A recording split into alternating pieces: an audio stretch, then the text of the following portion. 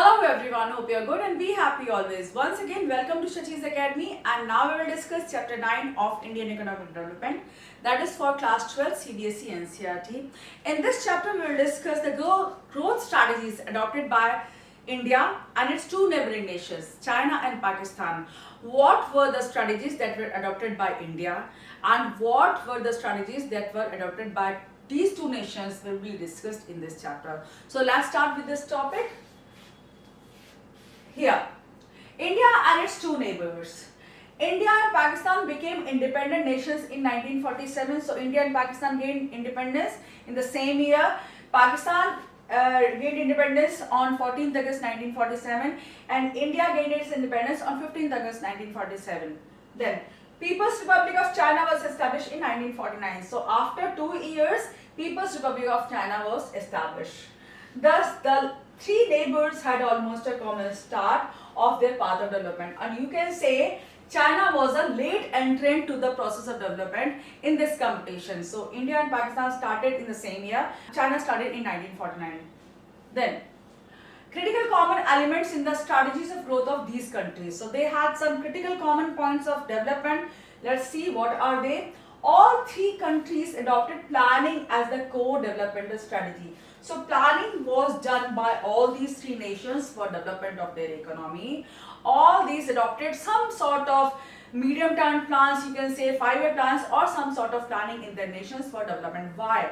Because these three nations were lagging behind other nations in the world and they wanted growth to be gained at a very speedy pace. They wanted to grow very fast, and for that they adopted planned structure for growth, and that is planning. Then India announced its first 5 plan in year 1951. China started it in 1953 and Pakistan started its planning in 1956. So after 2 years of India, China started its planning, and after 3 years of China, Pakistan started its planning. So here Pakistan was a late entrant and India was first to adopt planning. Then all three countries relied on public sector as the core sector of the economy. So here planning, when planning is done, public sector plays a major role. So there is a correlation between them. And here you can see that Pakistan's 5-year plans are now called as medium term development plans. Okay, so in MCQs you may be asked this question: what is the new term used for Pakistan's 5-year plan? So you can say medium term development plan for Pakistan.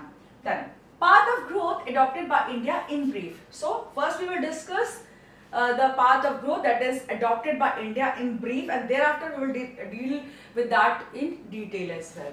So India adopted mixed economy. That means we have a mixture of capitalist economy and socialist economy. Socialist economy works for social welfare of people, and private economy, or you can say capitalist economy, like in America, works for profit maximization. Here all the individual industries like your Adani, your Reliance and other industries develop, Tatas and all develop for profit maximization. They develop their own businesses and provide employment and contribute in development of your nation as well. So here private sector and public sector both function in India for development of the economy. The major role of public sector and less of private sector. When planning was initiated in India, major role of carrying on the development of nation of you can say India was given to public sector. That means public sector was the only sector that could lead to the development of all the infrastructure that was lacking in India. When India gained independence, it did not have proper roads, it was lacking in hospitals, other civic amenities, you can say schools, roads, railways and other bridges or flyovers or whatever you can say. Infrastructure was not at all good for Indian development. Industries were not established. Even agriculture was stagnant in India. So for the development, or you can say the overall development of economy of India, public sector was given the flagship or key role. Then 5-year plans for development of agriculture, industry and trade were adopted, and due to these 5-year plans and the initiatives undertaken therein, we could go for green revolution, and green revolution led to production of food grains in the amount which was manifold of the previous amount. That means there was tremendous increase in production of food grains like your wheat, rice production, etc., and that led to elimination or led to fulfillment of our food grain needs in India, and we did not have to import food grains from other nations thereafter. Then public sector became dead weight in 1990s, and India adopted NEP, or New Economic Policy, or economic reforms in 1991. Okay, so we have discussed that in our previous chapters also. So before discussing this last chapter or watching this video, you need to watch the videos of all the 8 chapters, and then you will thoroughly understand this chapter as well. So what was the strategy of India that was adopted? We have discussed strategy of India in all the 8 chapters, and this is the last chapter we are discussing in comparative manner with China and Pakistan. Then in 1990s, it became a dead weight. Why? Because in public sector enterprises, there is one common thing in all the nations, that initially public sector enterprises did a very commendable role that was very important for development of economies, but thereafter they became very lethargic, or you can say their progress was very slow. They were not producing well, they were not functioning well, and they became dead weights on all the 3 nations. We will discuss them later on in other nations' growth path as well. So now we'll discuss that in detail. Here, these are the notes, you can say. The strategy we have already discussed, but these are the notes. I'll be reading them. Okay, so here after independence, India adopted mixed economy as its path of development or the strategy of growth. See, these are the notes, you can use them for your exams as well. You can just add your some inputs into that. You can write 1 or 2 lines over here and write the answers in detail as well. It assigned the flagship role to the public sector. Then in private sector was to play secondary role, a supplementary role in process of growth and development. So private sector was not given a prominent role in development strategy of India. Only public sector was given great importance. Then 5-year plans worked as the core element of the path of growth, and public sector undertakings worked as the engine of growth. So public sector worked as engine of growth, and all the growth process was led primarily by a public sector. Like heavy industries in India, like iron and steel industries, led to development of all the infrastructure that we see today or witness today. Initially, Indian economy achieved a major breakthrough in the field of agriculture. Due to Green Revolution, India could increase its production manifold, food grain production manifold, and it led to your eradication of food scarcity in India. The Green Revolution symbolized agricultural prosperity of the country. So it was a major contribution in agricultural sector, and we could become self-sufficient in our food grain production in India.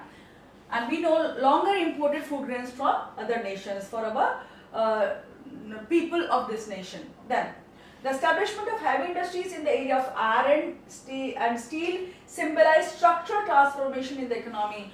So initially India was just an agrarian economy, even its agriculture was stagnant, but thereafter when we adopted planning in India and major role was given to public sector, our heavy industries led to development of all the other industries, and our iron and steel industries symbolize structural transformation. What is structural transformation? We could build our bridges, our railways, our flyovers, and many more industries were developed or came up due to this iron and steel industry in India. Our aircraft industry, our vehicle industry was also developed due to iron and steel industry. But public sector could not function well. But thereafter, after few decades, 2 or 3 or 4 decades, Indian public sector became slow progress industry, or you can say slow progress sector, and it was not doing its production nicely, and slowly and gradually it became a dead weight. It was a loss incurring enterprise or sector thereafter. In the year 1990, Indian economy was burdened with dead weight of public sector enterprises. So thereafter, these public sector enterprises became dead weight on Indian economy. Why? Because they were not producing anything, or you can say they were producing in a very lesser amount, but people working over there received their salaries from government exchequer, from government funds, or you can say revenue, and they were not functioning well. They incurred losses, and the people over there were enjoying, but Indian government was incurring losses due to public sector enterprises. Government switched from inward looking strategy to outward looking strategy, and promoted private sector and private foreign capital.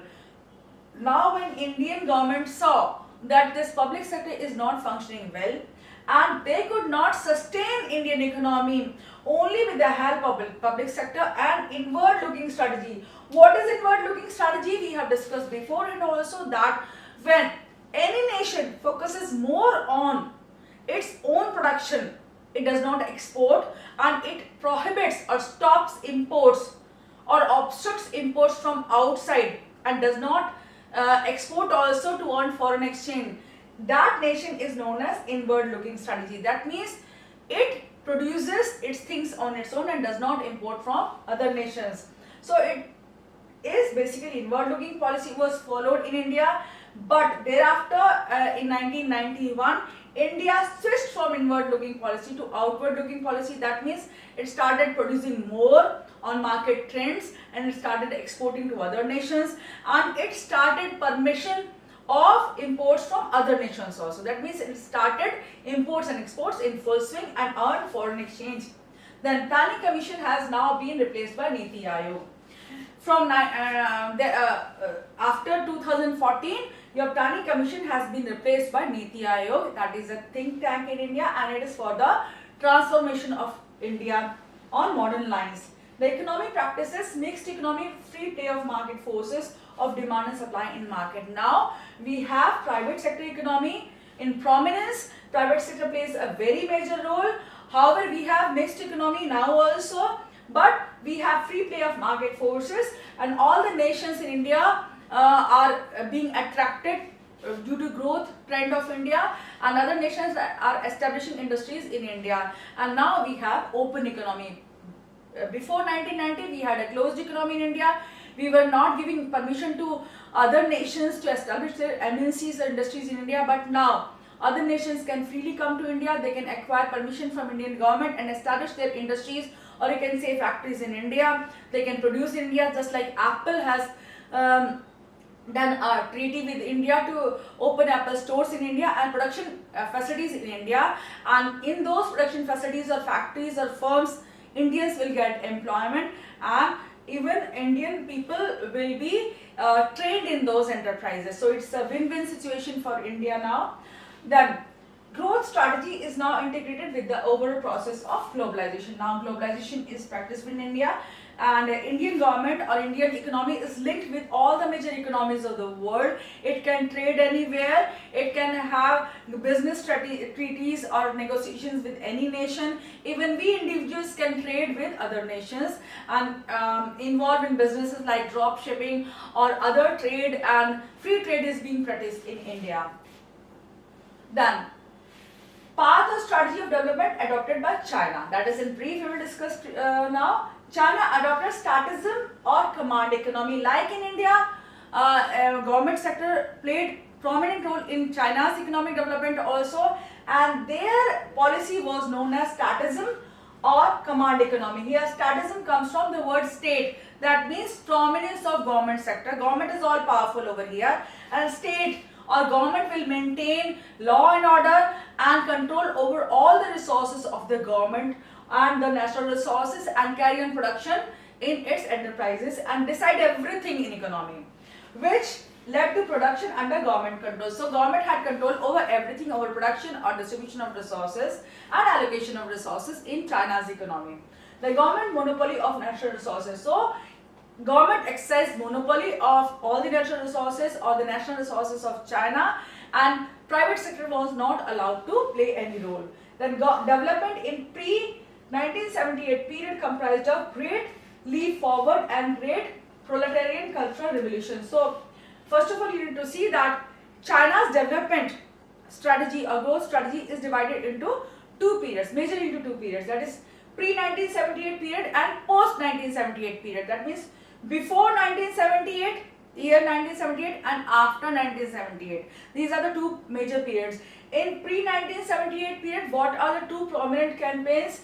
That is your Great Leap Forward. That means leap means you jump, you take a huge jump towards growth, and that was a very big jump of China with the faith that our economy will develop, and they full-fledgedly or very forcefully implemented many policies at same time, and it led to development of China. That is known as Great Leap Forward, and it led to very fast development of industrial sector in China and its agricultural sector also in a planned manner. Then we have great proletarian cultural revolution in China, which also led to development in China. Then development post 1978 period, that it was pre 1978 and now post 1978 period, is comprised of two phases. That is first phase of economic reforms in China and second phase of your economic reforms in China. And first phase of economic reforms in China was comprised of, or it stressed or put importance on your commune system of farming. So agriculture was provided or given main prominence or main focus in your first phase of economic reforms, and thereafter in second phase of economic reforms, industrial development was focused on or given stress on. Then path strategy of development in China in detail. Now we have discussed it in brief, and now I'll discuss that in detail. Establishment of People's Republic of China in 1949. So China was established in 1949. It decided to bring all critical areas of production activity under government control. So everything was to be given, was to be taken care by the government, and public sector played a prominent role. National resources included all land but declared a government proper monopoly. So any land was not owned by any private individual or any group of individuals, and all land of China belonged to government. So there was government monopoly. Only government could have control over all the lands of China. Then China adopted statism or command economy as a model of growth in which, so statism or command economy has been adopted by China, and here ownership of all resources rests with the state. So statism means ownership of state or control of state or government, and the state is to decide what to produce, how to produce, for whom to produce. So all these three critical questions of production process or development were to be decided by government of China. So government was whole soul or all powerful in China, and private sector was not given any role initially. Then historically the development path of China can be split into two periods. Number one is pre-1978 as we have discussed, and second is your post-1978. Pre-1978 has two main focuses, that is your Great Leap Forward and Great Proletarian Cultural Revolution. Then post-1978 period is first phase of economic reforms and second phase of economic reforms. This is a very important point in view of your MCQs and detailed questions as well. So here it is your pre-1978 period. We'll discuss that in detail now. Why I'm discussing China in detail? Because we know many things about India. For all the 8 chapters we have discussed India only. We don't know much about China because we are still in 12th grade. I am not there, but you people are in 12th grade, and you might not have heard much about, you can say, about China's development. So I have discussed this thing in detail, and for India, you know, you have discussed all the main points in your 8 chapters, so you can just add some things from there also. That's why I have taken China in detail here. So pre-1978 period is Great Leap Forward. This was a campaign launched in 1958 to kickstart the process of industrialization across all parts of the country. So Great Leap Forward was adopted to carry on industrial development of China with a full swing, with full force at the one point. Then people were encouraged to establish industries in their backyard. So everyone in every household, suppose you have a house and I have a house and there's some space in our house, and we were allowed to open industries or small cottage industries at our homes, just like making artifacts, handicrafts or anything, clothing industry or anything, just like coloring industry, dyeing industry, you can say small industries were established in every home. So they were encouraged. A tremendous industrial growth was encouraged in China with this Great Leap Forward policy. Then industrialization was given a massive boost in the urban areas with Russian expertise. So Chinese government obtained help of Russian experts or Russian government, and these Russian experts and the Russian government collaborated with China in its development, and it provided help of all sorts for development of China. Then Agriculture was revolutionized in the rural areas by adopting commune system of farming. Communes meant collective farming. In India, we have cooperative farming in which all the farmers come together, pooling their land. That means they all contribute in their production process and they pool their land. That means all their land is given to that collective farming or cooperative farming, and that becomes a very huge piece of land or farm, and that farm all the farmers work, and whatever produce is produced there, they sell that in market and all the farmers gain profits. In the same manner, they practiced in China commune system of farming, that is collective farming like cooperative farming in India. The Great Proletarian Cultural Revolution. After Great Leap Forward, we have Great Proletarian Cultural Revolution. What is that? It was initiated by the chairman of Chinese Communist Party, Mao Zedong, in 1965 and continued till 1976.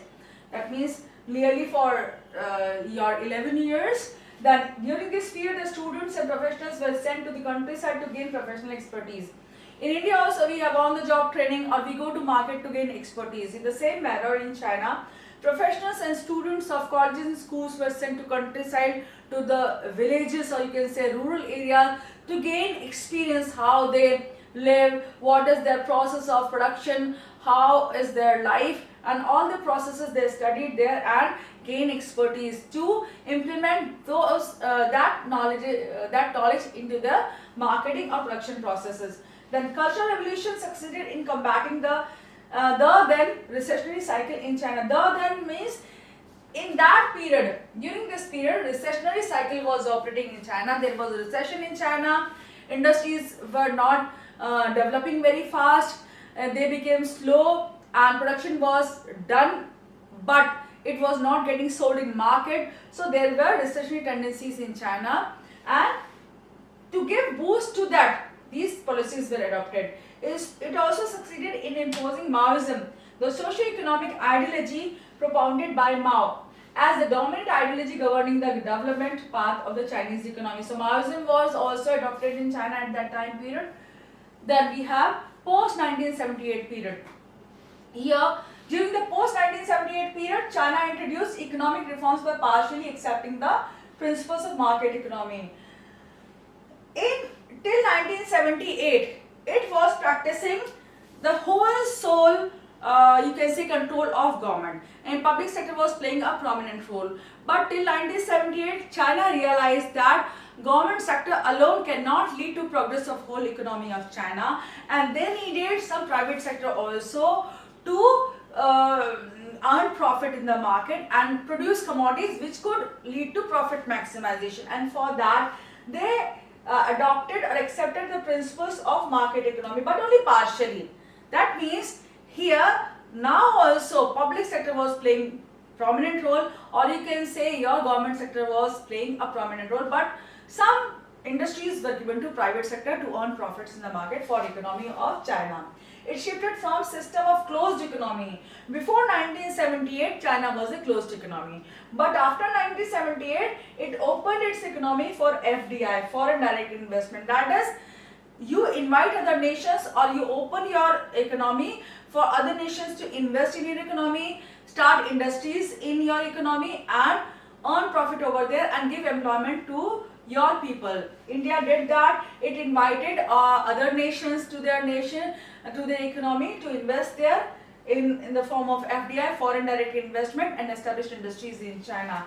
Just like in India, many countries are coming in India to invest in India. They are establishing industries or factories in India, and those factories are providing employment to India, and they are producing in India and selling in India. Okay, and in that manner, India is gaining, you can say, industrial development. Then first phase of economic reforms and second phase of economic reforms after 1978 period. We have two phases of economic reforms, first and second phase. Let's discuss them. First phase of economic reforms is, in the first phase, reforms were introduced in the agriculture sector. So agriculture was stressed upon in first phase. These reforms led to withdrawal of the commune system of farming. Before 1978, commune system was practiced in China. But after 1978, due to adoption of economic reforms in agriculture, these lands were withdrawn. That means commune system of farming was ended. Then the communal land was divided into smaller pieces of land and allocated to individual households. So just like you, me and other neighbors of other countrymen were given small pieces of land. Similarly happened in China. People were given small pieces of land to cultivate on them, and commune system was completely ended. The farmers were not given ownership rights, but here there is a twist that they were given land, but they were not given ownership rights. Now also government held full control over that land which was given to people. Now the farmers were tenants of the government of China, not the owners of the land. So farmers were not given ownership rights, they were just the tillers, you can see, or the tenants, just like in India during the time of British. So now also government had full control over land of agriculture. Then second phase of economic reforms. In the second phase, reforms were initiated in the industrial sector. So first phase focused on agricultural sector of China, and second phase of economic reforms focused on what? On industrial sector of China. Private sector enterprises, particularly owned by, operated by local collectives. Local collectives means group of people that lived in China. That means in Delhi area, if you have few prominent businessmen, that is local collectives. They operated their industries, were allowed to undertake production of goods. So private sector in a limited manner or in a partial manner were given some industries, and they could operate by undertaking production of goods and services in them. The state-owned enterprises, SOE, state-owned enterprises, also called SOE, equivalent to public sector units in India. In India, we call state-owned enterprises as public sector units, but in China, these counterparts are known as SOE, state-owned enterprises. It's important for your MCQs also. Were exposed to competition from private sector. So now, public sector was given stiff competition by private sector. Why? Because private sector was also allowed to operate in China now, and it was competing with your private sector. So public sector came into limelight now, and it had to compete with private sector for its profit generation. The system of dual pricing was introduced, and now they had a system of dual pricing. Some prices were decided by the government, that is for strategic commodities or very important commodities that were important for economic development were decided by government, and rest of the prices were decided by your private sector by free play of market forces, just like price and demand equilibrium, etc. Then farmers and industrial units were required to make sale and purchase on the basis of price structure as fixed by the government, and market prices determined by the supply and demand forces, that means were allowed to operate for all the other transactions of the economy. That means for some commodities prices were decided by government, and for others prices were decided by free play of market forces, less like demand and supply forces. Special economic zones were set up to attract foreign investors. So China just started many special economic zones in its country to attract foreign investors from abroad nations, so that they could come and establish their industries by investing FDI in China and lead to development of China. Then, path or strategy of development adopted by Pakistan. In brief, mixed economic model. So, before I start this topic, I would rather say that Pakistan and India are the nations which had similar paths of growth. That means they adopted similar policies for their development of their nations. So here, like India, Pakistan also adopted mixed economic model for development of Pakistan. Then key role for public sector to kickstart growth, like India. This too is similar. Then production of domestic industries was done like India. It also tried to protect its own domestic industries. That means Pakistani industries were protected against competition from outside industries of other nations. Then shift in strategy to halt in growth in 1989. In India, public sector started showing negative returns in 1990, and they became deadweight in 1990. Similarly, in Pakistan, they became deadweight, you can see, in 1989, before 1 year of India. Okay. Then denationalization, privatization and FDI became pillars of growth. After 1989, when in 1989, Pakistani government realized that public sector is not going to develop their economy. They started denationalization, that means disinvestment. They started selling their industries to private sector. They promoted privatization and private sector, and they attracted FDI or invited other nations to invest in Pakistan for its development. And these three components or elements or factors became pillars of growth in Pakistan. Then, in detail we can discuss. After independence in 1947, Pakistan adopted a growth strategy similar to India's. It had the following principal features. So, growth strategy of Pakistan is similar to India. You can just copy paste the content which we have discussed in Indian development strategy. There is nothing new over here. It is similar, very much similar to the strategy of India. It was a mixed economy like in India. Okay, then public sector was assigned the key role of kick-starting the process of growth. Then the process of industrialization was based on the policy of import substitution in India. It allowed production to the domestic industry by way of heavy duty on the competition of imports, and imports were controlled and managed by the government. So all the points are similar to your Indian development strategy. Then Green Revolution, like India, was the hallmark of change in agricultural sector, which raised the production of food grains. So Green Revolution was there in India, and similarly there was Green Revolution undertaken in Pakistan as well to increase its food grain production to become self-sufficient in food grain availability. Then capital goods industries were nationalized with a thrust on public sector investment. Before 1989, capital good industries like in India, heavy industries were given to whom? To public sector. Realizing that the pace of growth was coming to a grinding halt, there was a major shift in the strategy during 1989. So, before 1989, all the industries, major industries were given to whom? To public sector in Pakistan also like in India. But after 1989, when they realized that this public sector is becoming a dead weight and its growth is coming to a grinding halt.